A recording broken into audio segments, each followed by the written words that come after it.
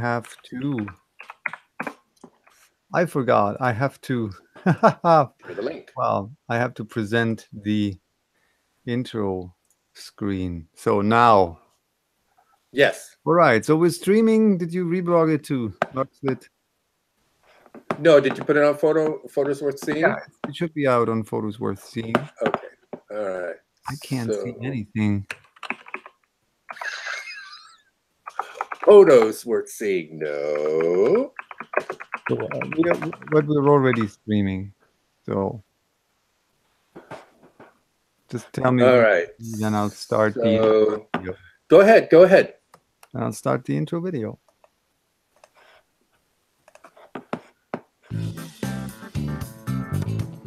I love that music, by the way. All right.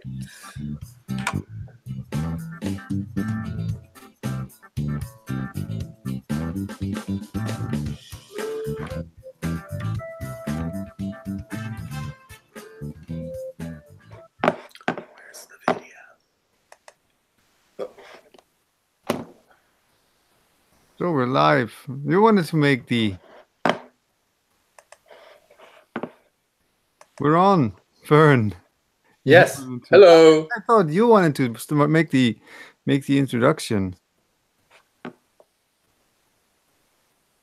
Do you want to make... Oh, I'm doing the introduction. Oh, I see. That's right. So, yes. Oh, good grief.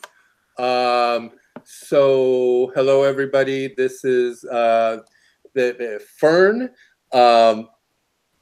From I'm QBN-Scholar Tumbler.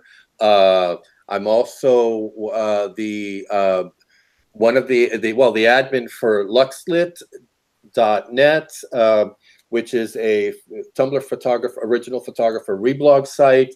Joining me as always is Pete, T-Voom Tumbler, personal photography Tumbler, T-Voom365. No, I'm not forgetting it because you never mention it. And that is his alternative photographs, and he is one of the admins for US. We are also joined by, and yes, I'm being cool today. We are also joined by Demo Vision World. Do you want to go ahead and introduce yourself?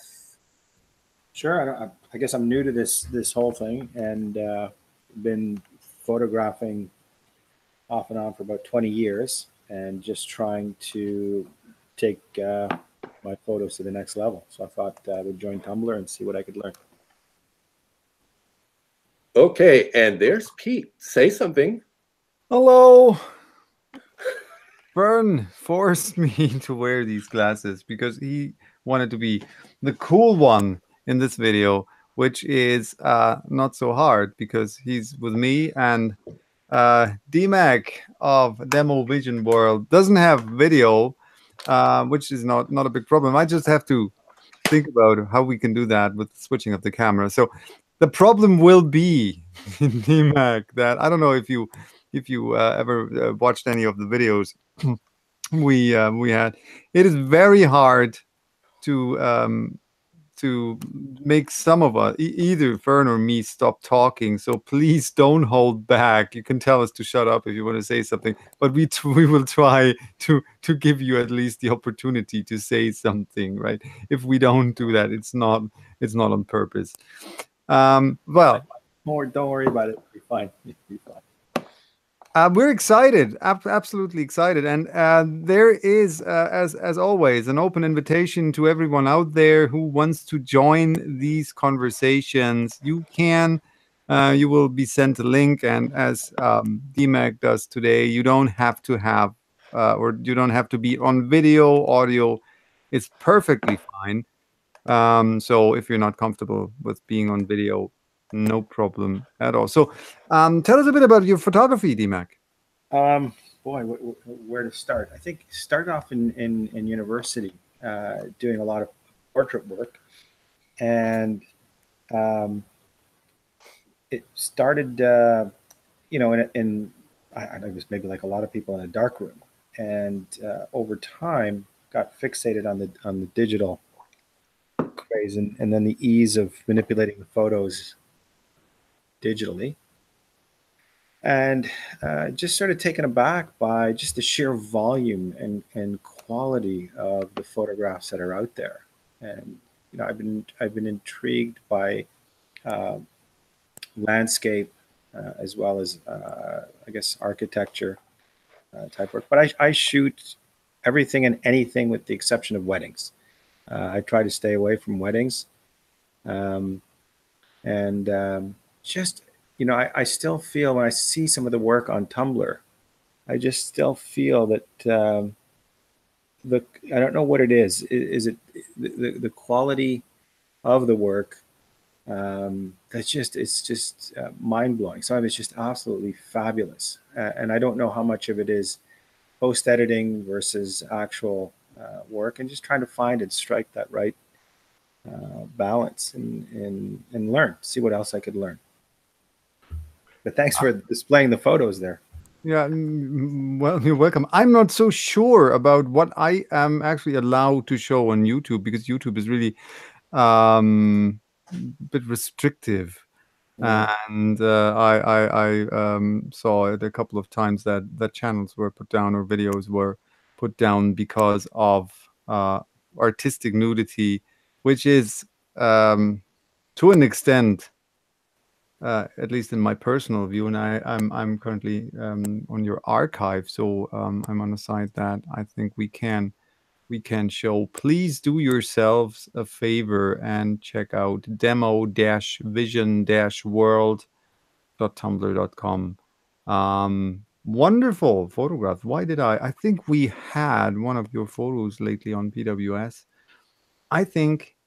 Yeah, every now and then something gets picked up, and I'm struck by what gets picked up, because I imagine you guys receive so many submissions, and when I think something's good, I don't know. I'm always intrigued by what people find interesting. There isn't a lot of artistic nudity. There is some, not a lot, and you can see it's more of a catalog now of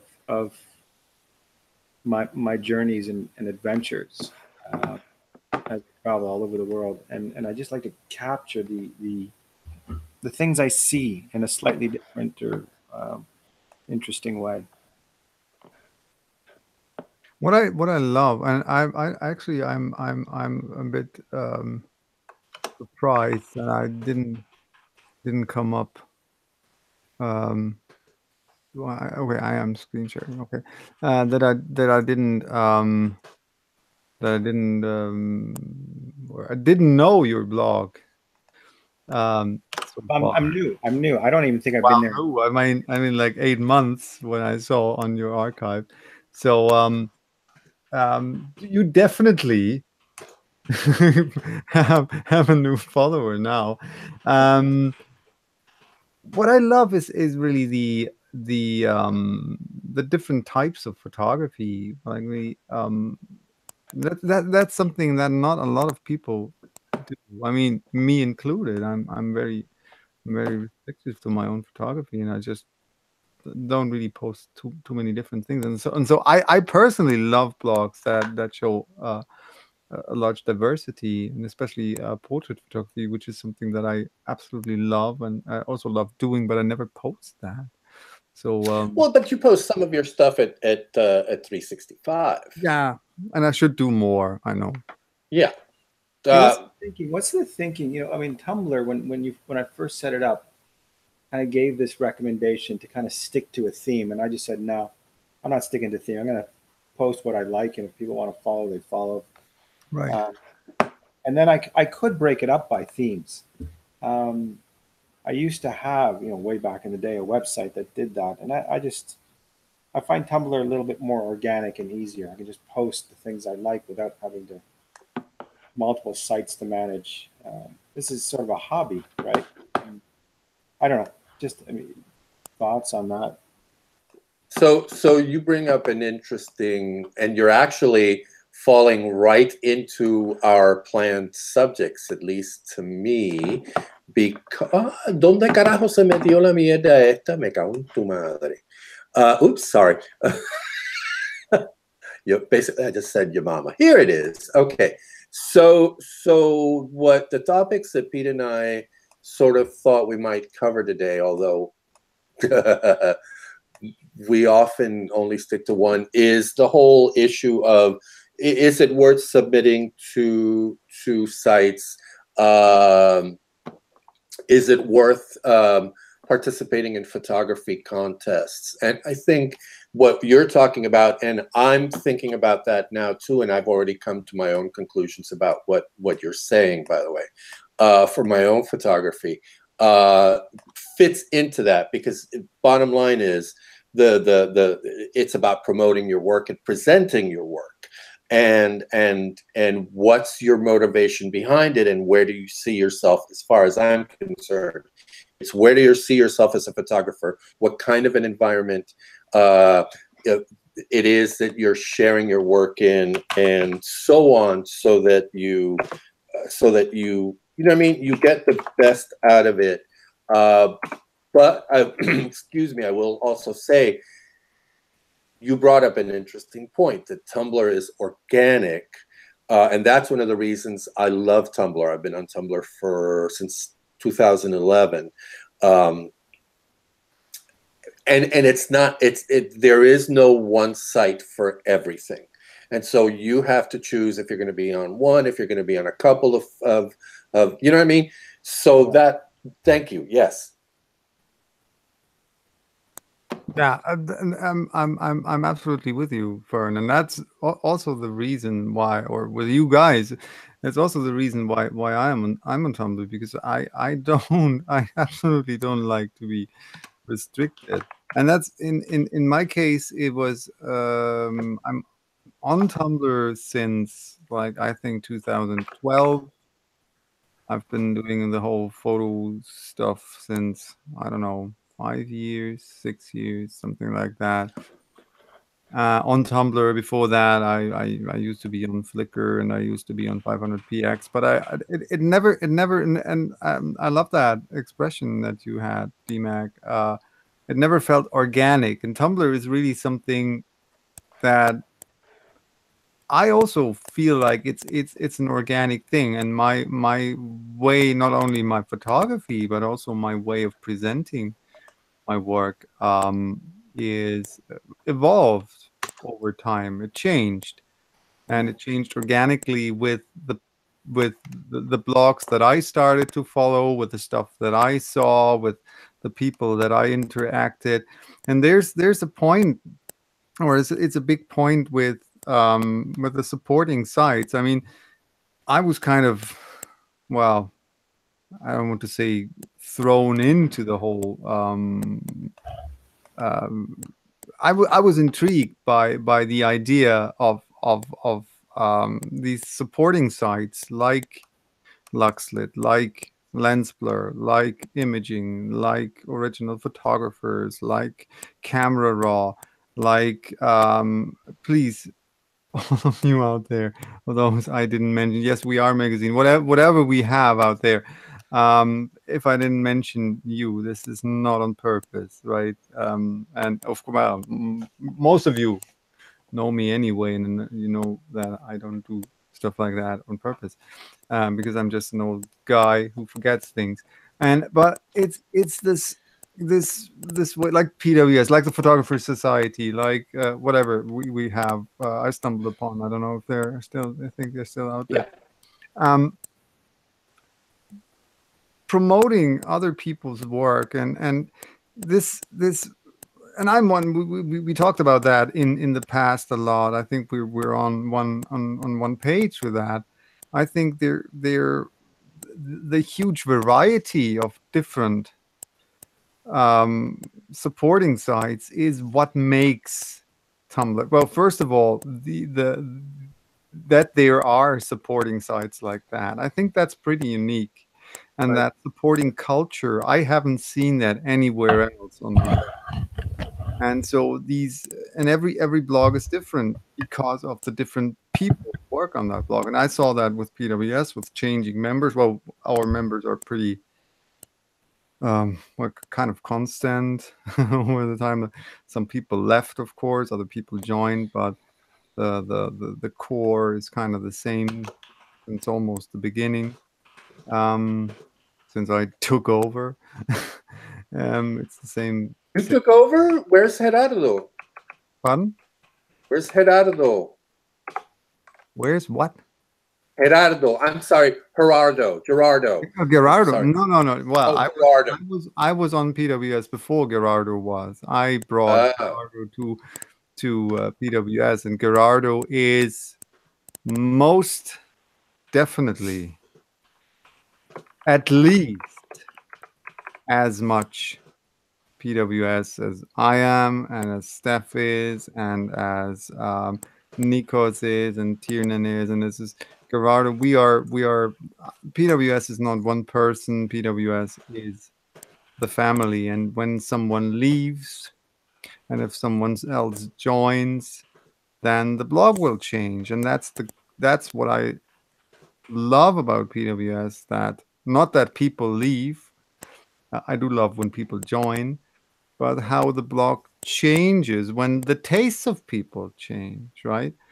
And how and we try different stuff, and we try different things, and sometimes we stop doing something, and then sometimes we start doing new things. And I think the only thing that we did since the beginning is Selfie Sunday, which is always a big, and it's only possible, and that's what I want, how I want to conclude that.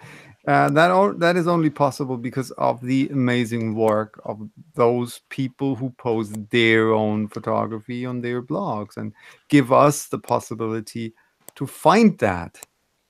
And by either getting in contact, or by submitting, or by using the tags. I personally reblog a lot from the tags, and so that we can find the photos. And so of course, I mean, I'm biased, right? I'm part of one of the supporting blogs that has been on Tumblr or has been active on Tumblr for now.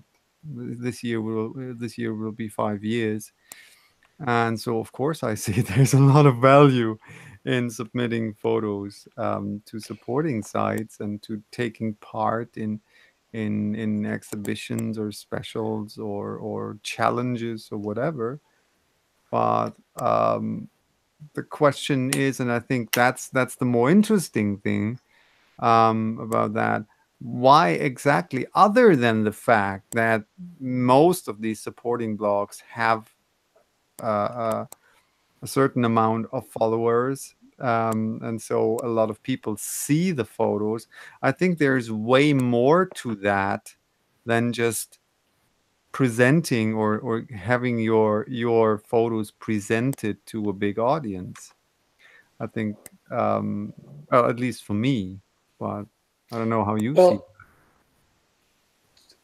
it. So, and DMac, carajo. Sorry, English is not my native language, and I lapse sometimes into Spanish. Pete apparently has an accent too. In English. So one of the things Pete and I have talked about before, both on here, I may be on here, but I know we've talked about it between the two of us, is that for us, now granted, Pete is trained in video and in the arts, in the visual arts. Well, no, don't. You are a trained artist. You're a trained technician and artist. You are mostly in video, but you have the training. I, on the other hand, come from a different background, more visual, reading of media visually, and reading media as text and understanding it as text. But the bottom line is, for both of us, one of the things that really helped us become comfortable and understand that our work was appreciated was the reblog sites. I was blown away when all of a sudden I see one of my pictures of this really bizarre modern architecture structure here on campus was reblogged by Lens Blur. And I was like, wow, you know, they think my photo is that good. And then like a month or so later, or 2 months later, boom. And I'll be honest, I do not submit photo. I do not have an imagination. I don't do any of the challenges because I can't think of anything. And it doesn't worry me. It's not an anxiety thing. I just can't think of anything. I don't do riddles. I'm not creative in the traditional way. So to me, that was the sort of validation that even though I was interested in photography and probably would have kept doing what you said, DMac, you know, because I like that, by the way, that you want to, at the beginning, when you introduce yourself, that you want to keep learning. I would have kept learning and so on, but it gave me that push, which it eventually was what led me to get involved in Lens Blur. And then I was there for about 1.5 years-ish. And then I moved on to Luxlit, where I've been for like 4 years. So to me, that's the value of our Tumblr supporting reblog sites, is that they sort of, for a lot of us, help us, or at least in my case, I'll say in my case, helped me to eventually become comfortable seeing myself as someone who produces work that is understood. Maybe not great, maybe not good, but work that communicates something that makes others feel. And again, Pete and I talk about that all the time. The value, what's a good photograph, and how do you define that, and blah, blah, blah. So there's that. However, there's the other thing, and I just got a communication recently from someone. Oh, caramba, I can't see. Why can't I see the DM? Someone who asked me, "Oh, can you take a look at my blog and blah blah blah? I want to, you know, I want to promote my work." And I'm like, you know, a Tumblr. Well, what do you mean by that? And you're just asking me to, you know, to join, and all this stuff. But there's no communication. You just want apparently numbers, and that, you know, again, it's up to what you want. But well, that's interesting. Listening to that, did I lose you guys? Listening, you know, the reblog. So Lens Blur imaging. It has a. You're absolutely right. It has a profound impact, and so I've noticed that. It's like, holy crap. I'm just looking at the photos that I took, and it was a completely spontaneous. Lucky photo, and then you have 1, 2, 3, 4, 5, 6, 7, 8. But 10 or 12 people liked it, and then it kind of went dead. And then Lens Blur picks it up and reblogs it, and it just hits so many people. And I keep staring at it, going, "What the hell is it that they see in that photo?" Which photo is it, by the way? It's a photo. It's called A Palette of Pastel Paints, Arches, and Alleys. Oh, I saw that. Oh my God, that photograph is stunning. And it's precisely the colors, the shapes. There's something very warm and inviting. That one, yes. Yes. And then of course there's the person at the very end.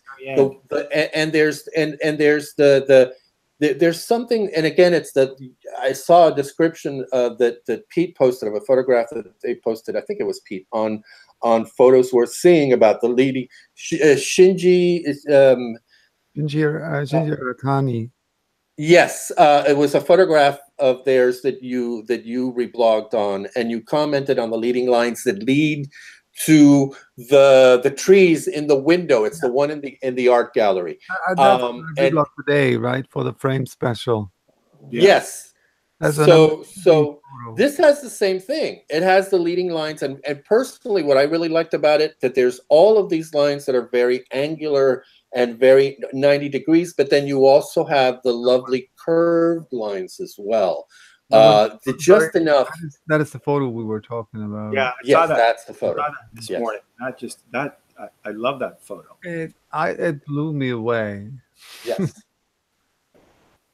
Yeah, yes. but So anyway, but here's the thing, and it's funny because tonight I have it on my queue.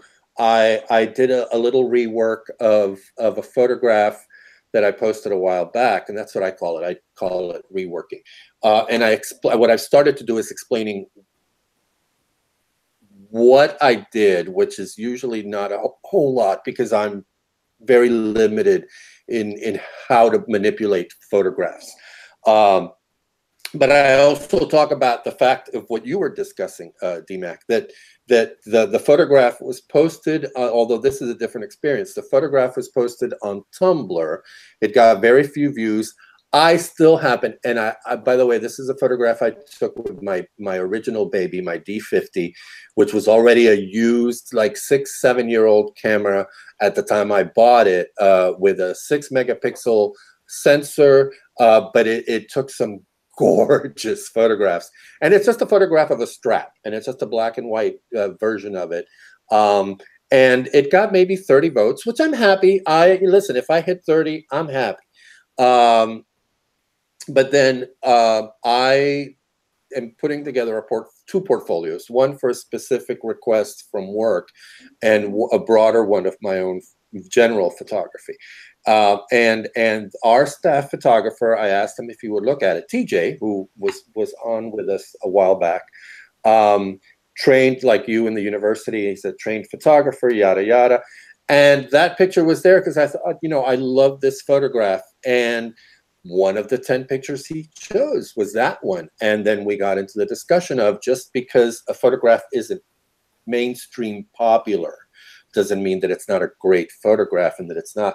And again, I think it's a great photograph, and I think it's visually stunning. So it really goes back actually to how we started, and the whole broader discussion of this, of how do we, what is the benefit of these sites? How do we promote, how do we go into contests? Because it really goes to the question we've talked about several times on here. Who are you as a photographer, and what do you want to accomplish? Does that make any sense? Yeah. I guess it's an interesting question, right? Who are you, and what do you want to accomplish? Maybe that's what I'm wrestling with. It's interesting because I think I want somebody to look at an image. You want somebody to what? Sorry. Look at an image and just go, wow, that grabs them. That causes something appealing about a particular image, and just like, I think that's it. I think that's it for me. For somebody to look at an image that I've taken and go, wow. And what's striking to me is that it took lens blur to get the attention of that image, right? Right. And then, so then I don't know. So then I had dismissed the image. Lens blur reblogs it. And then lens blur was able to accomplish something that I wasn't. PWS has the same impact, because people, and I guess maybe it takes time to get recognized. Maybe that's the issue is back to your, should you submit your things in order to get that recognition, or should they stand on their own? But I've come to the conclusion is that you do need that. You do need that support. You do need that prop up. Do you guys remember the site Photo Seg? No. Photo Seg was a photo posting site before the days of Tumbler and Flickr and whatnot. But what was really neat about Photo Seg is that you were limited in the number of photos. If you didn't have a premium membership, you were limited in the number of photos you could post. And in order to post more photos, you had to go on and give a thoughtful critique of someone else's photos. And if that photographer liked your critique, or found it, not liked it, but found it helpful, because they may dislike it, but would acknowledge it was helpful, you would get a point. And if you accumulated, 4 or 5 points, you could post another picture. and so there was an element of learning, and that's the one thing that I am, I think, missing. So yes, I was at university, but I didn't train in photography. I trained actually in something completely different, and so I'm missing this feedback element that people don't always give in or very few people give in Tumblr. So I suppose you just have to wait and see what. So there's a couple of things. Can I go ahead. Here for a second. There's a thing, and I saw that recently because I haven't been posting to or actually using Flickr. I still have my Flickr account. I don't post there anymore, and I haven't been posting there for a long time because I forgot my password. But lately I was on there because I wanted to put some photos for an upcoming podcast episode up there to reference to them.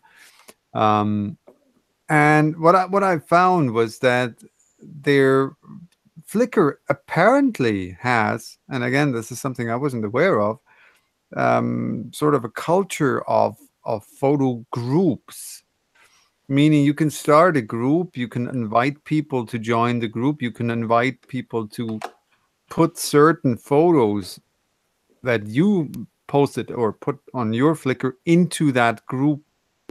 And some of these groups, and that is an interesting thing, you can set up rules for the group, and some of these groups have rules that you are only allowed, and that's why this came to my mind, you're only allowed to post this or that amount of photos into the group pool, or put this or that amount of photos into the group pool if you comment on this or that amount of other people's photos in the group pool. So this is what I find kind of interesting to an extent. The question, of course, is, well, what kind of quality do these comments have? Is there any sort of administration that checks, okay, I mean, a comment can be amazing, or a comment can be, I like that, or a comment can be, and we talked about that in the last episode, how can we, is that really something profound, something a person can really get something out of? But that reminded me of what you said, DMac. Yeah, and so it's always helpful to see when someone else posts your stuff and other people like it. Then you have to speculate on what was it that they saw. So Fern, when you were describing what you saw in that pastels picture, that was helpful for me as to what for you was appealing in that shot. So thanks for that. Sure. No, well, and that's one of the things too. And we talked about this the last time. And actually, I blogged, posted on Luxlit. I think there's an article of the 7 key elements of art, of visual art. And because that was one of the things that I talked about that I learned when I tried to learn how to paint. And the bottom line is, and Pete and I have discussed this on here several times. We discussed it with TJ. We discussed it with several people, actually, if not with everybody at some point. That yes, you look at photography, but we are influenced by other visual media as well, whether we acknowledge it or not. And the very basics of understanding visual cues and visual ingredients that can be, and not all of them are incorporated in every image, by the way. So you can have something that just is working in color. Let's go to a painting like Rothko's work, where it's just color a lot of times and maybe a shape. There's no depth, but still there's something in how all of that comes together that you can look at and start. If you understand those core concepts, then you can go on and start saying, like the whole idea of leading lines and so on and so on. And that goes back to what you said about the learning. And by the way, this is why I would highly recommend getting involved in a reblog site, or starting your own. There's a lot of individuals who choose work and reblog it. And that's also very cool, because a lot of these people also have followers to get the work out there. So it's not just the group sites that Pete mentioned and that he and I are part of, but it's also the individuals. And what I was doing for a while, and was taking a picture a day, and actually the Tumblr is called "Why This Tumbled Photograph" or "Tumbled Photo," and I would describe what I saw in the picture. But again, I also have a training in reading media and reading visual media, so it comes easy to me. But just the very idea of learning how to talk about others' work also helps me to examine my own work. It's helping me to pick my portfolio. So but it is also a process of time and learning the basics. I mean, it's just the basic guidelines or rules or whatever you want to call them, which really is what you go back to. I mean, it's what I always go back to. I still go back to those I learned 6 elements. It can be 6 or 7 elements of art, of visual art. That's what I go back to all the time. That when I look at anything, I go, okay, this has this has this is a blah blah blah blah blah. Boom. So yes, that's my recommendation, or at least how I do it, and what it's based on when I do that kind of thing. And I have to say, it's really weird. I tend to be really good. The other thing, I tend to hit on the exactly what often, not always, but a lot of times I get the feedback from somebody whose work I critique that, oh wow, that's exactly what I was trying to do. And that's the other thing. In doing it, the more you do it, the more, you see what I'm saying? It's like everything else. You become more adept at it. So yeah, that's honestly my recommendation. Another recommendation I would have, I have to say, is there's people like Ted Forbes, who hasn't done one lately, but he has the artist series, and he has done. He's on YouTube. He's a YouTuber, Ted Forbes, Forbes, The Art of Photography, and he does critiques of classic photographs. And he also has the artist series where he talks to photographers and so on. But to me, those critiques that he did of the classic photographs were, again, very valuable. And we have some critiques that we posted on my YouTube channel, and we have to get back to that, Pete. We have to talk about that. Absolutely for that. And yes, I think it was Jay Bear Photos who commented on the last video that he'd be happy. So Jane, if you see that, if you hear that, send me a link, or send us a link to a photo that you'd love to be, or that you would want us to talk about, and we'll happily do that. And also here, I hope I'm talking also in your name, Fern, if I say, if you send either of us a link to a photo, and that you can imagine that because I don't know if, because the whole photo critiquing stuff, that how we did it was kind of work extensive for you because of the downloading, the editing. And we talked last time, we talked about that. Why not do one or a shorter version of photo critique? Which is hard for us, but we did like 10 photos per session, or 6 or 7, which was really. And the one with Chris, that session with Chris lasted like an hour.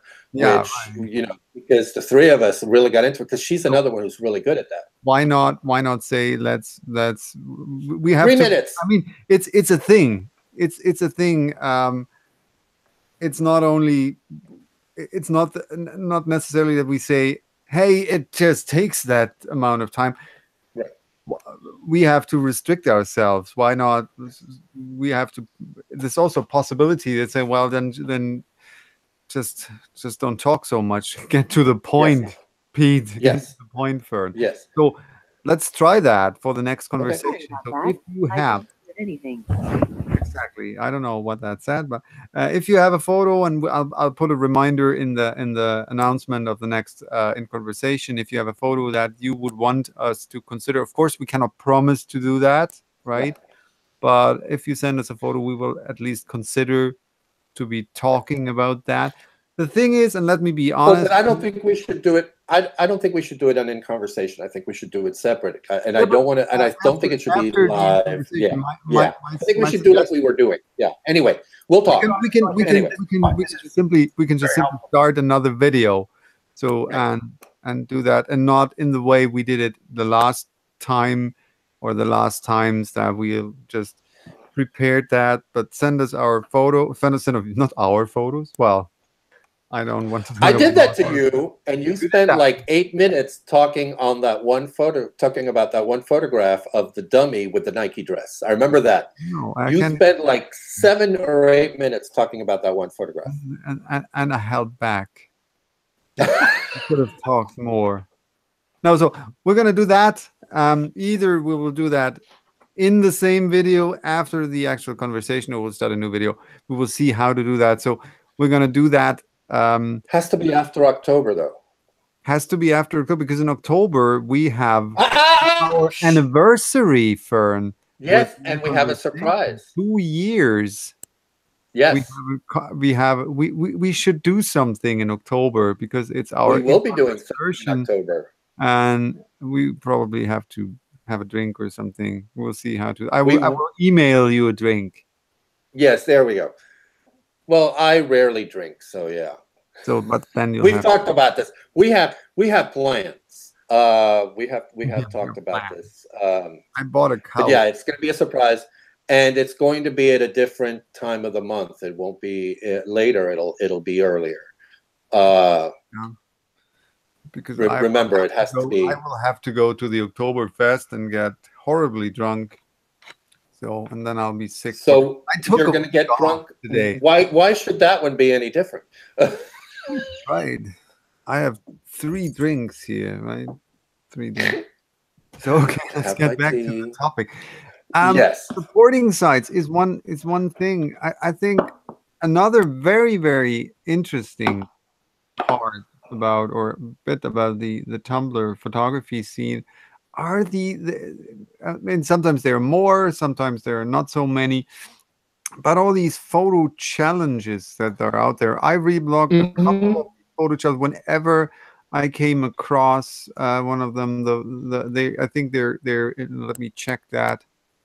Oh yeah, right. Steph reblogged one today to Let's Talk Photography Photo Challenge 2018. Always fascinating challenges. And then, of course, we have the abstract challenge. We did something on Let's Talk Photography. I forgot the name of what we did. The whatever. Well, you have themes. We have themes on PWS. The current theme for the Sunday special is red and green. So I think that for me personally, I'm like you. I rarely submit something to any photo reblogging site. I sometimes, very rarely, take part in sort of challenges, but that's not. I love these challenges. The thing is, I always miss the deadlines. I always miss the deadlines, and I would have loved. And Amy and Steph always kick me gently because I always miss the abstract challenge deadlines. And also with the photo challenge, I always see that too late. And because, but these are really, I absolutely enjoy seeing the results of people. It's the same challenge, right? And 15, 20, 30 people do completely different photos for that one challenge. And that always blows my mind. And this is such a huge inspiration. And it's not about, for me, it was never about notes, and it will never be about notes. For me, it's about learning stuff, seeing photos and getting inspiration from people and by interacting with people. And there's this, and I think I posted it or reblogged that sometimes to my personal blog. This is a creative people. What was that? Creative people inspire each other through osmosis, which I really which I really loved. And Right. that's for me, that is Tumblr, to get in touch with people, because it's not just a photo sharing platform, it's a blogging platform. And so having all these sorts of different parts of ways of interacting with each other, and not just by photos. That's very helpful. Yeah, no, totally. Thank you for that. I mean, just listening to the two of you sort of banter back and forth on what you find valuable is incredibly helpful. Thank you. And you know, here's the thing, and Pete and I say this same thing all the time. Honestly, well, I'll put it this way. For me, it's very selfish because why I do this, because I learn. I'm constantly learning. The critiquing, I'm constantly learning. And I will add, and again, I've said this before, one of the reasons I don't worry about a dry spell anymore, Right. is because the bottom line is every day, even when I take a quote unquote Tumblr break for a couple of days and I don't comment and I don't like, if I see I'm still on Tumblr, if I see something that's been posted that I want to reblog, like something in Let's Talk Photography, or some article or something that I saw, I will go in. So every day of my life, pretty much, I'm always doing something photography related, because photography is not just the camera and the shooting, which DMac, you said at the beginning, you were wondering, is it the photograph? Is it the actual capture? Is it what you do afterward? And I would add, is it the book you're reading about photography? Is it the YouTube video you are watching about photography? And so on. When you're focusing on our art in a broad way, you're always absorbing and learning. And so that's, I get emotional about this because at my age, this is like really cool. And I still have the brain cells for this. But it's, you know what I mean? It's the learning. That's it. It's the learning. I'm trying to look up, I will share the Ted Forbes, some of the Ted Forbes links that I was talking about in YouTube. I can't find them in the moment, and I want to pay attention to y'all and not so much to this. So yes, send them to me, then I'll put them in the video description later. Yeah, that too. So I'll post them on Luxlit, and I'll send you the link so you can add them.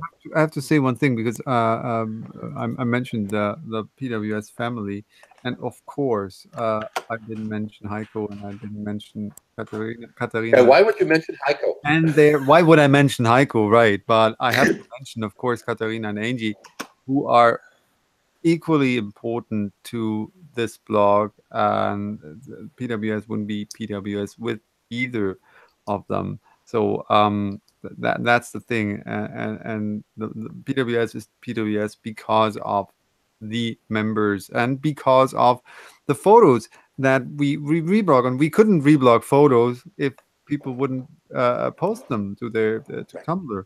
And here's the thing. And just a couple of days ago, I was going through the tags, checking for photos to reblog, and I don't know if you're the same. I know you're the same. I just pretend that I don't know if you're the same, but I know that you're the same. For me, it's always a huge. It's just that feeling of joy if you find a photo that you say, yes, I want that photo on my blog, on PWS. And so this whole thing, it's not that people should, and at least that's the way I see it, people shouldn't be. Of course, I'm happy if someone tells me, hey, I like that you reblogged my photo, or I liked your comment that you put on my photo. Of course, that makes me happy, but that's not why I do that. I'm happy that I found a photo that I wanted to reblog, and so it's a mutual thing. So and that's people please post, but I'm selfish. I want to see better photos and I want to see great photos. So please post great photos because I'm selfish, and then I will reblog them because I'm a selfish bastard. So, As simple as that. well, you're also boring as shit, but oh well. That's true, yeah. But then so am I. So this is why we get along so well. So this goes. So I want to go back to we've been talking about the reblogs, but what about the photo contests? Are photo contests worth it? Because again, DMac mentioned something. I think you said something to the effect of, "You're never going to do wedding photography, or you're not interested in wedding photography." How is that? And I hear you. Why are you not interested in wedding photography? I think it's the stress of that. A friend had asked me to do it once, and I knew that the pressure, because that wedding, that time that they had together in those few hours or that half day, you get it wrong and it's lost for them forever. And so there's that element. It's a huge amount of responsibility. And I think I like a little bit more control. And then weddings, by their very nature, there's a tremendous amount beyond the photos. You had mentioned that. It's about getting Aunt Mary to stand over here and the two cousins who are picking their noses to stop picking their noses and stand still for 2 seconds. There's this whole element of choreography that I don't think I enjoy. I think I like this spontaneous nature. Or studio photography I would prefer. But wedding photography, you got to get that right. And a big part of your job is being patient and tolerant of all the personalities. And I don't see the joy in that. But I can appreciate those who do it.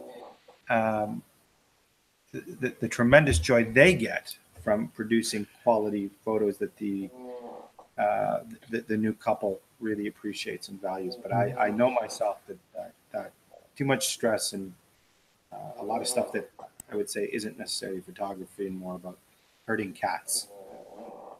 Well, and it's funny because sorry, did I lose you? I think we lost Fern. Yeah, he's back.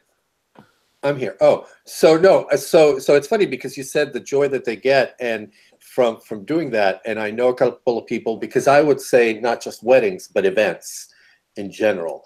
I do know a couple of people who have done or are doing events, and for them it's like a soul-sucking, life-drying experience. But it's something that they've gotten into, something they've invested in, and they have, they've developed their business, and and that's what they do. And for some of them, it has killed their artistic side of their photography because they've lost all interest in doing that.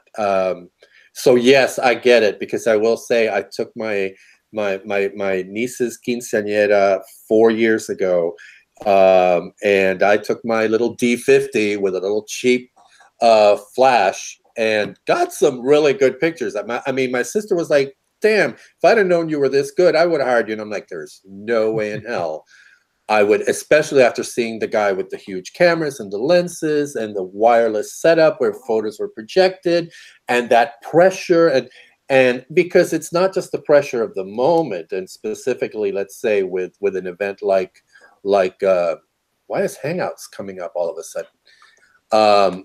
Like a wedding or like the quinceañera, you have the pictures, or the graduations. That's another one. I live and work right on campus here at UC Davis, and the pressure of making sure that the person gets what they want, and oh, I want to pose like this, and go away, leave me alone. I take pictures because I enjoy them. You start doing, I mean, not that I don't want feedback, but when you have that pressure, and actually Sean Tucker did a couple of videos on doing professional portraits for business.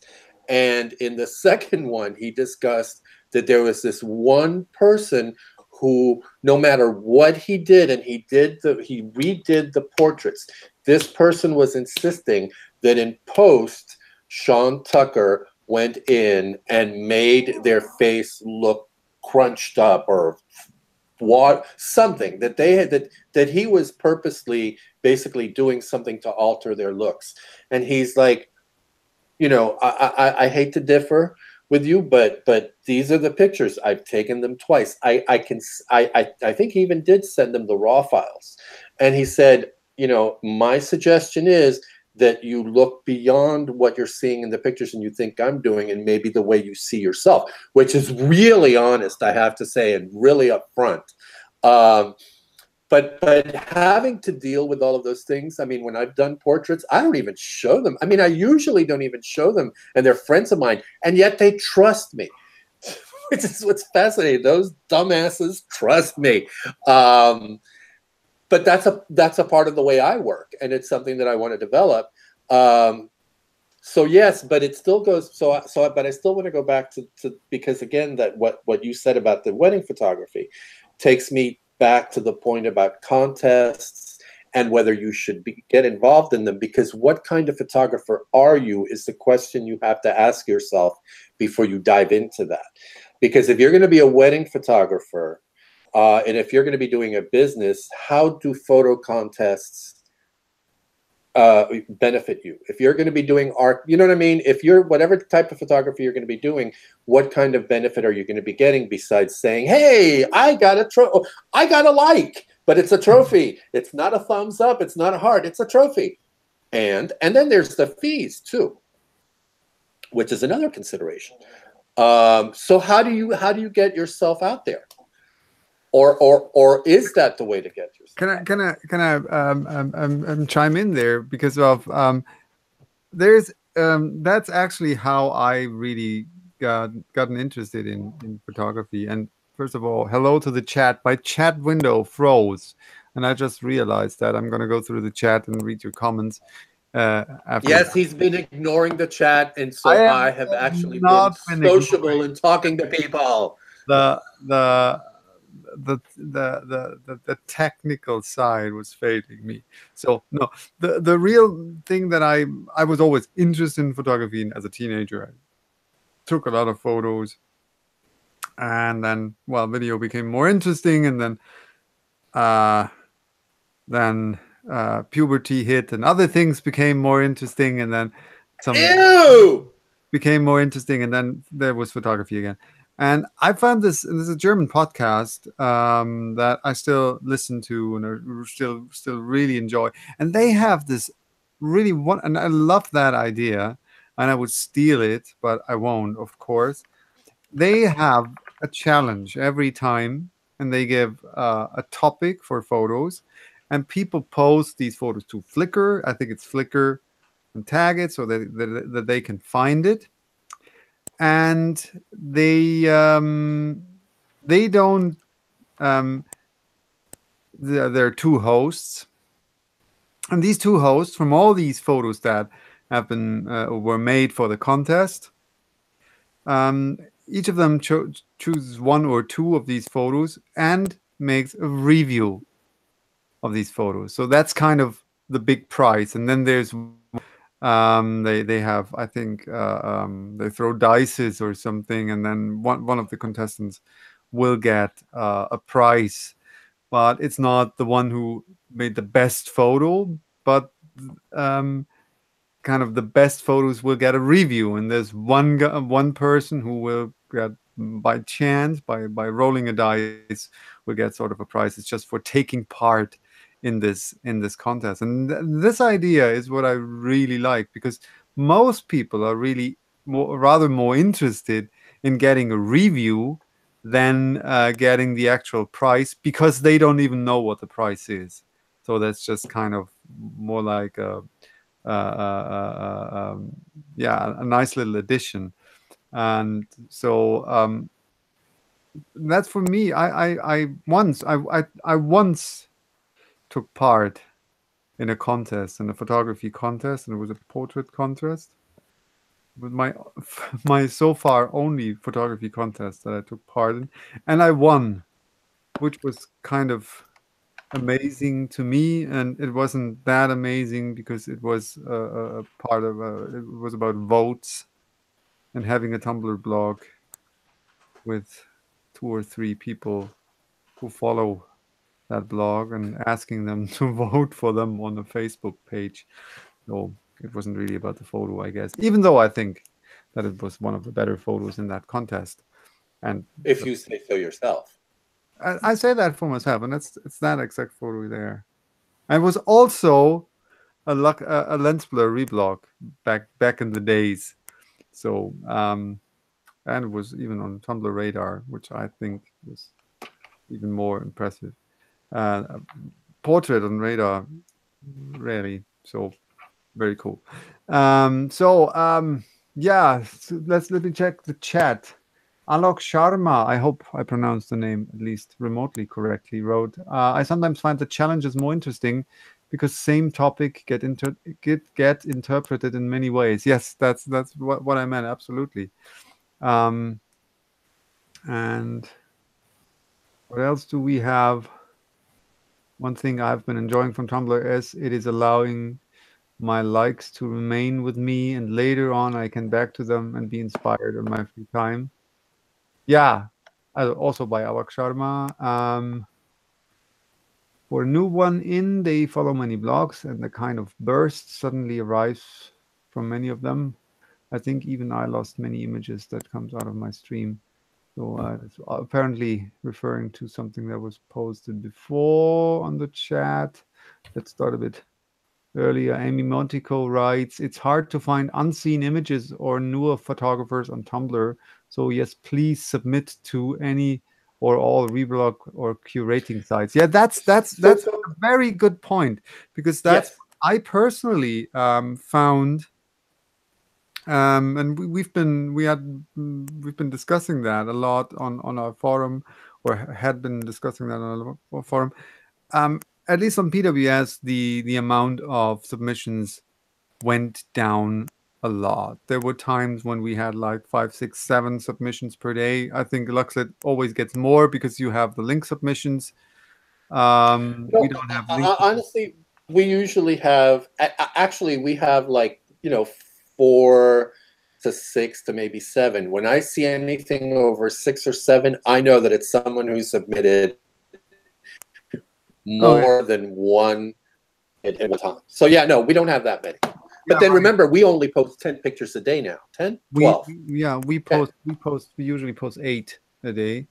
And we had this discussion on our. We have a forum. I have to say that we have a forum for PWS. It's an external site to discuss stuff like that, because it's easier than using email or the Tumblr Messenger.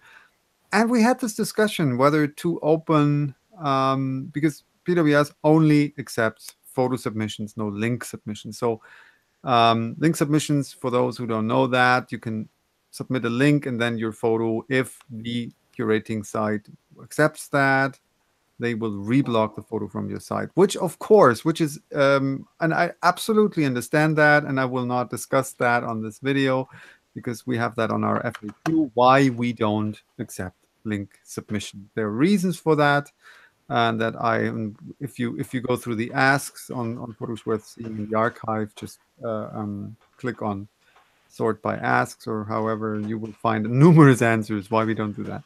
So because the submissions went down, we talked about opening link submissions, but we decided to not do that because that's not what we do. Because PWS is a blog, our main goal is to put comments under photos. That's what we do.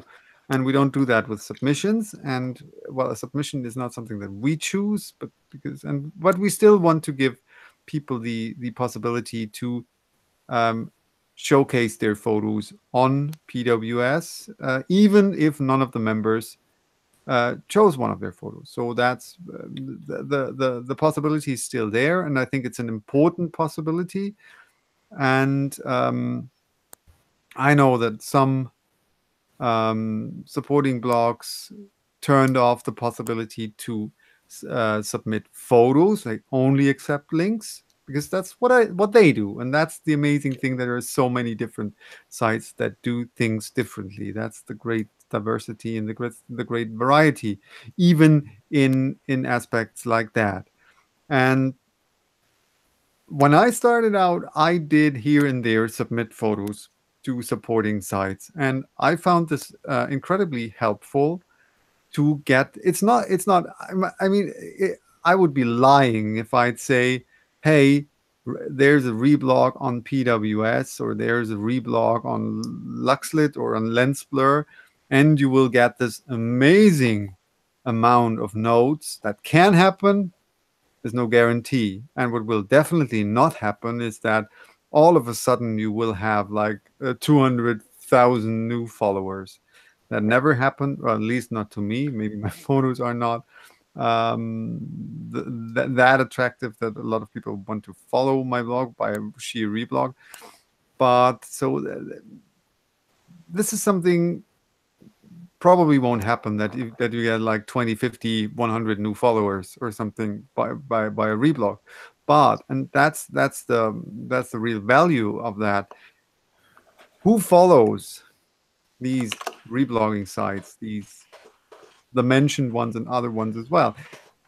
Yes, there are thousands and thousands, in some cases tens or even hundreds of thousands of people who are not photographers, but there are also other photographers. And if you're interested in getting in contact with other photographers, these sites are a great starting point, because there is this, and that's the wonderful thing about Tumblr. There's this really, how can I call that, the inner circle, not in terms of that there are people who are conspiring against each other, but there are people who are there, who spend a lot of time on Tumblr, who put a lot of time and energy into their own photos, who interact with each other.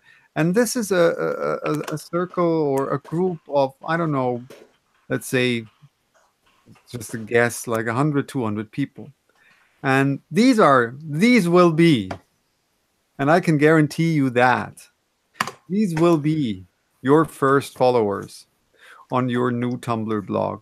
And I saw that with mine, and I saw that on there. Just look at, and it's almost funny if you check out photos of people who don't have this enormous amount of notes on their photos, who have just it's a great start, right? Have like 10, 15 notes on their photos in the beginning. And there's always the same people you will find the same names all of the time on these photos. And these are really, and these are the people who know each other and who say, hey, look at that. And I get messages from people say, hey, look at that blog. It makes amazing photos. Wouldn't that be something for PWS? Or, and that's how the word spreads. And it's not about the big blogs and the big reblogs. It's about people who talk with each other and say, hey, look at that blog. And I got today I had on PWS my frame special, that because I thought I wanted to do something with frames, and some people knew about that, and I get messages like, hey, look at that, wouldn't that be something for that special? Or we have this new, that's what we try on PWS at the moment, that we will each of the members, or some of the members, have post one photo per day for a certain topic. I revived, and I mentioned that in the last conversation, I revived the No Edit Friday. So I will reblog a no edit on a Friday. That's what we did for years. And now it's just one photo each Friday. And people know that, and people message me and say, hey, look at that. And I have, like, I don't know, I'm safe for the next couple of weeks because people send me photos of other people. And that's one of the wonderful things about Tumblr, in my personal. See, it's funny because and you said there's the usual group, and we've kind of discussed this before, and I'll bet you anything that there's other groups on Tumblr that we may not be aware of. I mean, I don't, you know what I mean? And it's not just Tumblr. It could be on Elo. It could be on Flickr. I'm sure there's a certain supportive community. Now I will say the others, maybe Elo or Elo, I don't know if you pronounce it in English, or Ayo, maybe you pronounce it in Spanish. But I think Tumblr is unique, and maybe Elo as well, in that, for example, like the other day when I posted the picture, the little GIF from the Santa Clarita Diet of Timothy Oliphant doing, hey, now I can move my hips side to side. You know, you can post fake pictures, you can post video, you can post whatever, because it lets you post any kind of format. And that's also, I think, part of the really cool, going beyond the image thing and getting into the personal part of photography, writing about, like I have, about my doubt, about my depression and how that affects it, and so on. So that's the cool thing about Tumblr. Now, one of the things that I do it totally different, and I just posted that on the chat on YouTube, is that and I've said this before, I follow very few people. I think I still have, excuse me, under 100 Tumblrs that I follow. And the reason for that is, as Lyndon mentioned on the chat, is that I do, again, because I do Luxlit and I'm always searching for photography, I wind up searching and looking at all these new photographers and sometimes following someone. Here's another thing I do: someone who either I know or don't know, who may have liked one of my pictures, I'll just because I'll click on it and follow the link and go to their Tumblr and do some likes, or the suggestions. Also, I sometimes will click on those. So there's so many ways of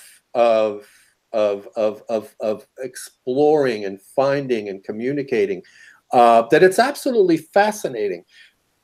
But that's my way of doing it, I have to say. I don't, and it's funny, I rarely, I mean, we do have the Luxlit crew who, you know, post, you know, pictures on the but it's just, you find your way of doing it. Yeah. But I think the big part of it isn't to expect or to just follow me and that's going to build community. I think sometimes it's just also reaching out and commenting and, you know, I like this photograph and blah, blah, blah, and blah, blah, blah. And it also isn't community. I mean, there's people who and I'm thinking of a couple right off the top of my head, who I don't follow. I think, but every once in a while there's a comment. I mean, like with you, where there's a lot of commentary, there's some people like that will comment, and it just depends. It isn't a one, at least for me, there's all these different relationships in all these different ways that I think that what you said, I think that's a really important part. It's this whole expectation thing. I think that's the one thing that will ruin everything for you. What it did for me in other parts is if you expect something, because wow, expectation will. What do we do here? Are we this is no trade, right? I don't buy and sell anything. So I want to show the stuff that I make. And if people like it, awesome. If they don't like it, why would I care, right? I mean, it might sound harsh, but if they don't like it, they won't follow my blog. And if they follow my blog, even though they don't like it, why that wouldn't make sense to me, right? So what is an amount of 10,000, 20,000, 50,000 followers if 49,950 are not interested in that? So same goes in. I don't care at all whether. Of course, I'm happy if I find a blog with and the stuff on that blog is what I like, and the person sees that, oh, that guy followed what has he on his blog, and they like what I post, and then if they follow back. But just following back because you're liking back, follow for follow, like for like, is just like the most stupid thing ever. Right. Because I Well, don't. no, No, let me- I don't, let me well, finish. wait, but oh, why Let are me you finish so mean? It's because not what stupid. what is if they You're stupid. follow for follow or like for like is worth nothing, simply for the fact that I don't have anything than the like or the follow, and which wouldn't be even be honest. So if I don't know that those people who click that little heart actually really like what they see, what benefit do I have from that? What? Nothing. That if I know that it's a lie, if I know that I only get paid back for a like that I sent, what's it But worth? for some people, well, but in all fairness, for some people that's important, I have to say. But anyway, let's get off the likes, because the bottom line is, I was thinking of something else. Oh shoot, I was thinking of something else. I did want to also say, by the way, the fact that there's two things. So I want to first say what you said about, if someone doesn't like my work. I will also say, and this is kind of in the same line of thinking with the strap photograph that I was talking about, that a photographer, a professional photographer whose work I admired, actually found it one of the 10 best photos out of 100. That was striking. But the other thing that happens every once in a while to me, and this happened recently with one photograph that has maybe 45 to 50 likes, and this person made a comment that when I read it, I mean, even now, just thinking about it, because it was this gorgeously poetic description, and it was the only, well, there was another comment, but so again, that's the thing. If my criteria is as well, if my photography every so often, I brought this quote up before and I'll say it again. Ansel Adams, if you have 12 good pictures in a year, that's a wonderful crop. When you look at the photography of any of the photographers, he has to have a lot of Annie Leibovitz, a beautiful catalog of work, but really there are only a few of her images that are iconic, that will go down in history. What we were talking about with Pablo Picasso, the same thing. He produced a buttload of work, but really there's maybe a handful of pictures that are the iconic ones that everybody knows. You know what I mean? And so to me, if one of my photographs, and the same with my writing, touches one person and I get a really in-depth piece of feedback every once in a while, more than just a like, then that to me is worth it, because I know someone else was moved, which is what I look for in pictures that really strike me and that I'll put on Tumblr, something that moves me or at least makes me stand there and go, WTF, because that is a way of being moved. But that's not going to happen in every one of my pictures. And I know that. And because even I don't love all of my pictures. There's some I like. Yeah, they're good, blah, blah, blah, whatever. So I think it goes back to what you said also about the expectations and who you are as a photographer and finding your way. And maybe that changes too. It's a fascinating, and it's gone back. It goes back to the other thing too that has come up every once in a while when we've talked about art and what is art and what isn't art, and are there rules and are there no rules. This is fluid. This changes. Historically, you look at art trends. Historically, you look at anything. Things change. And I think even us as artists change. Some of us do, some of us don't. Someone like DMac, I'm kind of like you in the sense that I take a lot of pictures of a lot of stuff and post a lot of pictures of a lot of different stuff. I do have a style, I will say, and I usually fall into that style, which is fine. I'm comfortable with it. But what I photograph, so every one of us is different, and we're going to touch some. Some people are going to get, you know, Tumblr famous and get thousands of likes for every picture. Some won't. But I think you find your way in that according to what you were saying, Pete, your expectations, what you want out of this. If you want the 50,000 likes for every one of your pictures, and that's all you want, and the 12 million followers, that's fine. Absolutely. You know, that's not me.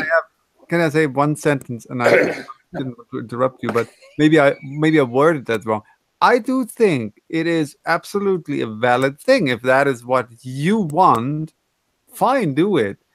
I was only, and probably I was carried away. I just say, for me, I don't care. Of course, I'm happy if a lot of people like my work, and of course, I'm happy if a lot of people follow my blog. But it's not important to me, and that's not what I'm interested in. And if that is what you're interested in, this is a valid thing, and I won't look down on you or say you're stupid or anything. If that's what you want, go for it. Oopsie, go for it. My mojos. Always. So I just don't see any kind of value if in someone following my blog or clicking on the heart on one of my photos if they don't actually mean it.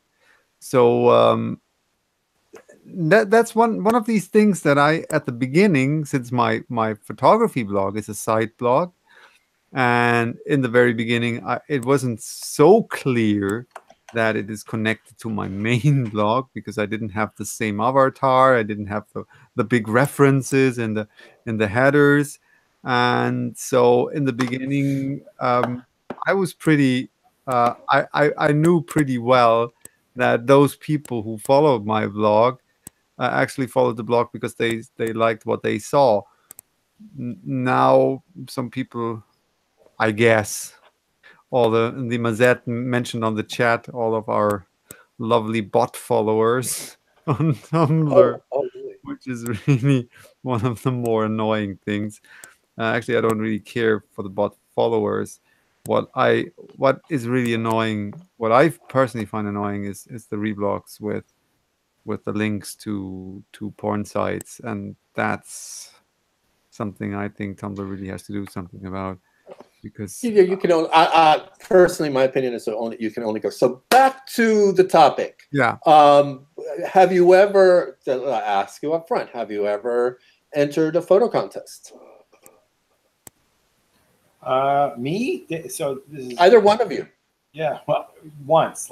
I sort of was resonating with the description earlier, just once, and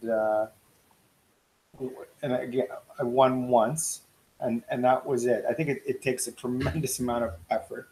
The only other thing I've ever done was for my daughter. She plays hockey, and I'm thinking about submitting that photo. And USA Hockey Magazine had asked people to submit their best photos, and I submitted a photo, and I was thrilled to have that photo published.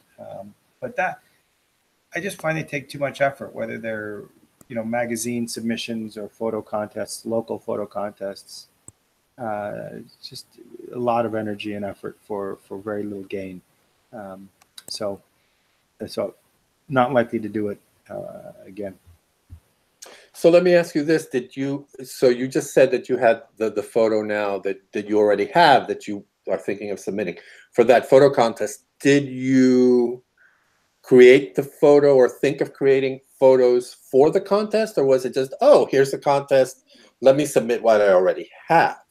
That's exactly what it was. It was a case of, you know, I would go and I would photograph the team playing hockey, and you know, just one day I was browsing through her monthly hockey magazine, and it said, if you have any photos that meet these criteria, send it in. And I went back and looked through the whole collection of photos that I'd taken that year of the team, and went, you know what, this one would do it. And so I cleaned the photo up a little bit in Photoshop, saturated the photo a little bit, and sent it off. And oh, cool. yeah, so that it wasn't expressly for that purpose. And then the same thing for that contest. It was the same thing. I'd gone back through photos that I knew I had that I liked that met the criteria, and submitted those. And so kind of got lucky that way. Cool. Pete? I'm here. Yeah. Have you ever? Yes, yes. What I mentioned before, I took part in one photography contest. It was a portrait contest, and I won. I won a trip to Barcelona. I hope I pronounced it correctly. And that's actually that photo that's on my wall. And since then, I haven't done anything like that. And Well, but I shot a couple of weddings lately. I shot my brother's wedding, which was huge fun to do. And I wouldn't want to do that. But to connect to that, what DMac said, I would hate having to do that for a living. I enjoy it to do it here and there, and it's actually I do find it's kind of a thrill to know it has to be. You have to nail it. You have to get that moment. You have to get so the first I shot like I don't know four weddings. Let me 3, 4, 5 weddings. 5 weddings so far. Well, my brother it was my brother's second wedding this year. He married the same woman the second time. And we didn't get divorced in the meantime. So, so four weddings, five wedding ceremonies, and it was fun and it was extremely exhausting every single time. And yes, it's a thrill, but I wouldn't want to do that for a living. That's the pressure. What you mentioned, DMac, is just way too high. And I read horror stories on the web about because you have to deliver, and if you can't deliver, then you're bleeped, right? Well, but do you have to deliver? What do you have to deliver? Because that's part of the thing that I'm always fascinated by of working for any client. Deliver that one moment of putting the ring on the finger. You have to deliver that one moment when the bride and the groom kiss each other. And if you miss that, it's gone. You can't restage that. You can't interrupt the Yes, but ceremony in the church or anything. That's not possible. Usually not possible. And of course you right. can fake that in some way. And you have to get each of the guests, and then like if it's a wedding with 60, 70, 100, 500, 600 people, whatever, the weddings like that exist, but like 50, 60 people, and then you have your photos, and well, where's the photo? We only have a photo of Aunt Jill. There's only one photo, but we have 7 photos of cousin Frank. Right. So well, but it's not just that. That's when it becomes a job, and you have to make lists and have that. Right. It goes back to that word that you brought up, expectations. I mean, you supposedly, from what I've heard, and it's like working with a client. Let's say you're doing photos of a sofa for IKEA, and they want you to do it a certain way in a certain style because that's what you do. But so there, and with wedding or event photography, it's usually the same thing. What do you want? Blah blah blah. But then the bottom line is what they see. Does it match their expectations? Because it's not just delivering the moment, but even if you delivered the moment, is it what they expected? Because it takes me back to Sean Tucker and the person who kept saying, "You're deliberately making me look bad." And he's sitting there going, "Here's the raw files. This is what you look like." I mean, so to me, there's that too. I'd be cautious with saying that because, well, not if I don't know what what you're actually really referring to, if that was a matter of post-processing. But you can make a person look Well, you really can. bad just Yes. with the camera and the Yes. lenses and Yes. alone. So that's especially a thing with portrait photography. Using the wrong lens can make people look horrible. Using Right. the Right. wrong light, using the wrong angle, you can destroy lives by that, right? Yes. No, no, no. This was a photo session for everybody at work. I mean, this was for a company. This, and everybody was happy, and everybody got, copies to choose which one they thought was the best.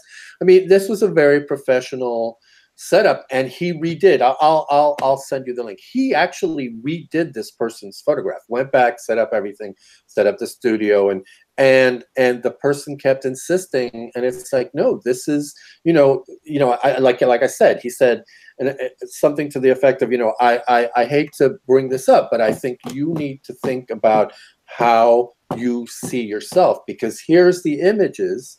No one else has had, I'm using the same lens, exactly everything you said, the same lens, blah, blah, blah. So, and I've shot them twice.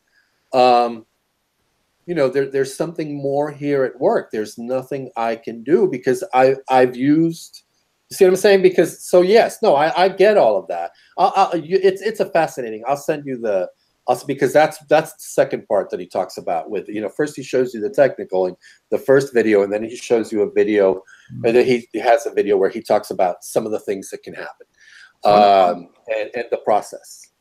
One of the best pieces of advice that I ever got in all my life, if it's about, well, it was about video, of course, right? But it applies to photography as well. Is it was when a really, really experienced, also really acclaimed videographer said to me, the best decisions in my professional life that I ever made were when I turned down jobs. And he meant that in a way, if you're not really convinced that you can do it, and you can do it in a way that your client, and that's what, no matter if you do it as a friend, but really as a paid or hired. Of course, I didn't take money on my brother's wedding, but I wouldn't do wedding photography. I wouldn't do just for that, just for the fun of it, because it's no fun. It's a thrill, and to an extent it's fun, but I would never do that for free, except for, of course, my brother or for a close friend. But I would also carry a piano down the stairs for him. So So I have to tell whatever. you. So, but for other people, no, I would do all sorts of photography for free or for a meal or whatever. Probably depends on what it is, but wedding photography, no way in hell that I do it for See, free. no. I actually turned down. Oh, sorry. No, no, I was just If gonna say if you're not, just let me finish that sentence. The best piece of advice, as I said, is to turn down a job that you're not sure you can do to 100% satisfaction of your client. And it's much better to turn something like that down than to try and to fail, because that will be your professional death, and it will also ruin your personal belief in yourself. So yeah. Well, I think if you go into it and say, hey, I don't necessarily know what I'm doing. So if you want to take me on, that's fine. But I have turned down events. Now, I will say what is fun, and this is what happened to me at the quinceañera, and what happened to me at a couple of events that I've gone, is going and, there's the pro photographer or whatever, and I'm just taking pictures because I big fat want to. You know what I mean? And again, because Alok Sharma made a really good point about going to an event and taking pictures and then not satisfying themselves and their expectations. That's the on other the chat, part we too. have to mention that for people on the video and who don't have the chat. Alok Sharma is on the chat. Yes, on the chat. So yes. So there's that part of it too. That's why, yeah, I've turned down a couple of times, and I actually did do one for work. And it's funny because it was just the one picture of everybody standing around, and I was brought in because I have a camera and I'm a photographer. And it's funny, I whipped out my baby, and they were like, "Ooh, that's a real camera," because usually it's a monthly thing. They usually take a picture with just the phone, and the picture was okay, but there wasn't enough space. The light was pretty good, but there's part of a table, and I mean, it wasn't a gorgeous portrait of 20 people or however many it was that they were expecting, I think, because I didn't hear any comments, which is fine. I wasn't that. I mean, I would have cropped, but the bottom line is, it just, you know what I mean? There's the expectations, and especially, and that's the other thing, when they see something like this, or when they hire you and they expect to see something, and you know what I mean? There's all these expectations and all these imaginations about what a photographer is and what a photographer isn't, and what you should have for your equipment, and it's just so much. I think we should end. We've been an hour and a half. An hour and a half of Pete talking. Of course, like always. DMac, sorry. No, I was just going to thank you guys. Really appreciate the conversation and the opportunity to ask questions directly. Thank you so much. Always, please come back and stop us next time. Absolutely. Anytime. And this is an open invitation. Again, everyone who wants to join us on the stream. As I said, you don't have to have on video if you're not comfortable with that, or if you don't have the possibility to be on video. You can do that audio only as well. No problem about that. We can't do video only because, well, unless you, well, of course, but then you can't say anything. If you want to be just on video and so that we can see you, and that's probably the easier thing, right? With us, very talkative people, Fern and I. So, of course, you're also invited to be just on video. But no, if you want to join us, please do so. Message me or Fern. Message me at tvoom.tumblr.com or Fern at qbn-scholar.tumblr.com, and you will be sent a link, and you can click on the link. I don't know if that works on any kind of app, but it will work on the computer. Click on the link. Firefox won't work apparently, so you need to have ideally Google Chrome as a browser. The browser will open the link. You can click the YouTube terms and services, and then you're in, and you can join whenever. So yeah, it was a pleasure. Fern wants to wait. So Mazette just made a really good point. And again, I think it's a valid point. Please, dear friends, do not forget that this kind of events and demands are the way for young professional photographers to put the first foot in. Maybe that makes a difference of pro and amateur. Yes, certainly, and that's exactly what most people think of when they think I'm going to become a photographer. They're going to do that sort of thing, because they're also looking at it as a way of making a living and going out and doing all this stuff. I will say, for someone like me who's starting gradually to put together a portfolio and starting of thinking of selling and so on, it's totally different because I have a good job that I love doing. I have to say, I love my job. And so I'm not dependent. I'm not hungry. And I've been able to take these years to examine and to learn and find my position, and to now know where I fit, hopefully, as a photographer, and what I'm going to do when I release my work into the wild as a pro. And it's really interesting, by the way, Ms. Ed, that point, and I'm sure DMac and Pete may have been through this. Oh, you're a photographer, and it's like, yes, I am a photographer. Yes, my reaction is yes, I am a photographer. Yes, I do have a great camera, but honestly, I don't take those kinds of pictures. No event, you know what I mean? And there's an interesting reaction of what? Because people think you're a photographer. You can do everything just because you have. And it's like, no, you know, it's like. I don't want to. No. Well, let's say exactly, or you may not be trained for it. So, but that is a very valid point. And by the way, it's not putting down. I don't think one of the three of us have put those events down. And for example, like TJ, who was one of our guests a while back, he is where I work. He is the events photographer, and he's brilliant at it.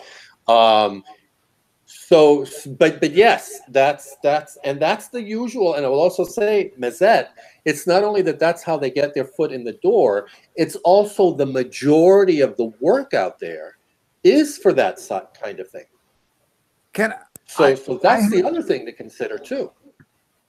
I have to actually disagree here. In terms of yes, I have. I don't think.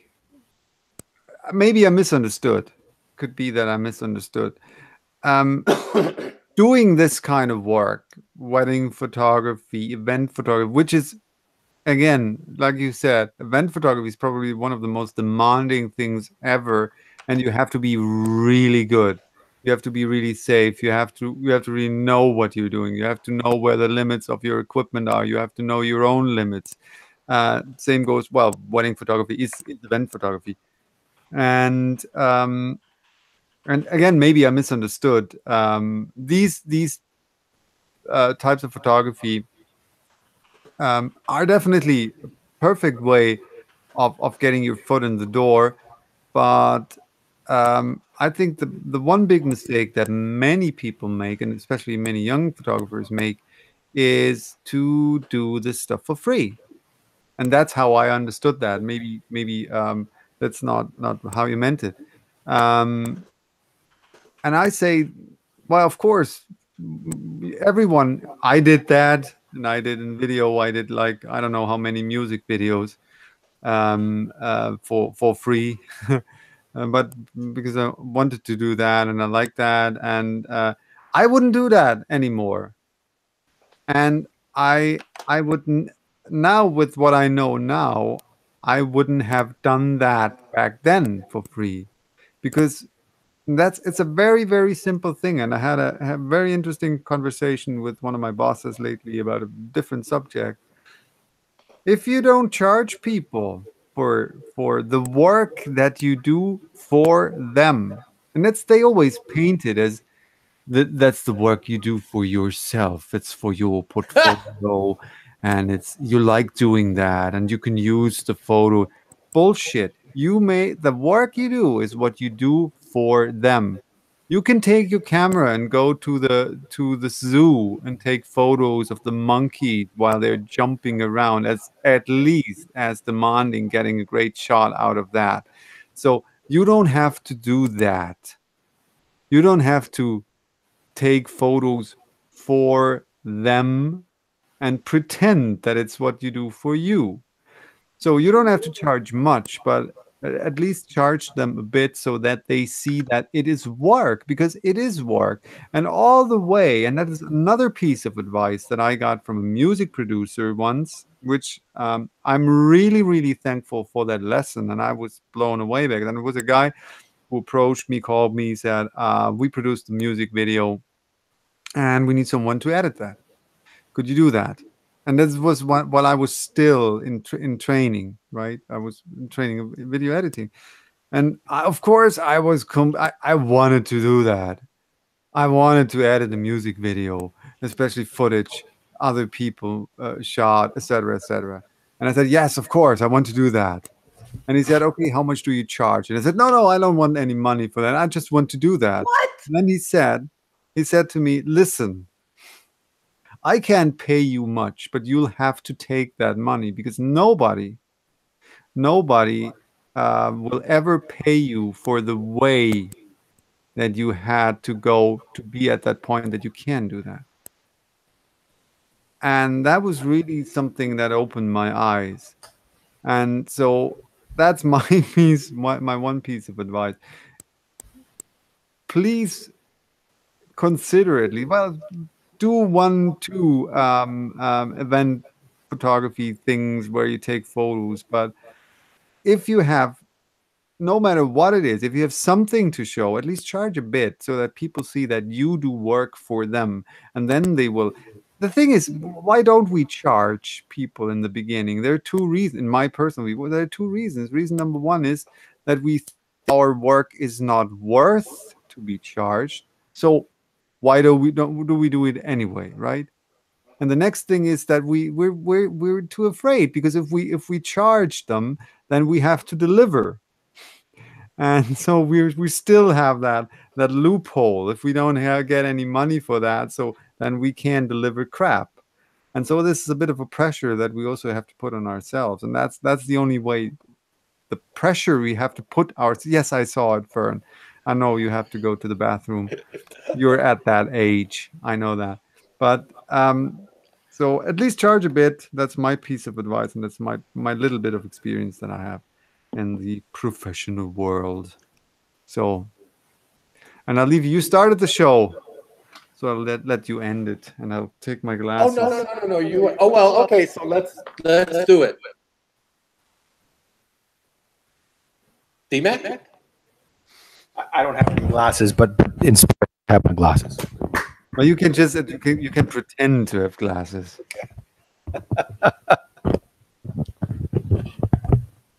So go ahead, you close out, because I really don't. I have to close. So okay, we start with glasses, so we'll end with the glasses. Thank you so much for watching. It was a blast for us. Thank you, DMac, and I hope you will be coming back one day to the show, and then we'll let you talk more. And it was big fun for us, and thank you for joining. And yeah, thank you, Fern. And well, it's August. In October, we'll have our 2nd anniversary, and we think about I will definitely be thinking about how we can celebrate that.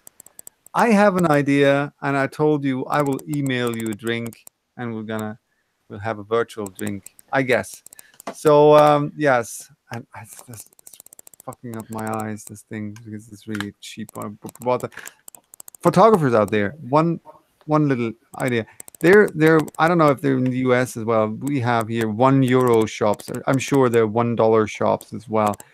These shops are amazing to get all the weirdest shit out there. That is also amazing for photography, like for challenges, like the abstract challenge, etc. Whenever I'm there and I see stuff that I can take photos of, check that out. Half of my these are really, they have amazing stuff there.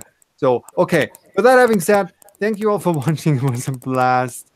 Next time we will be doing, at least in after the show, a photo critique. So send us your photos, and I'll post a reminder. And this one's for today. Bye bye. Until next time. I'm gonna stop. No, I'm gonna stop the broadcast.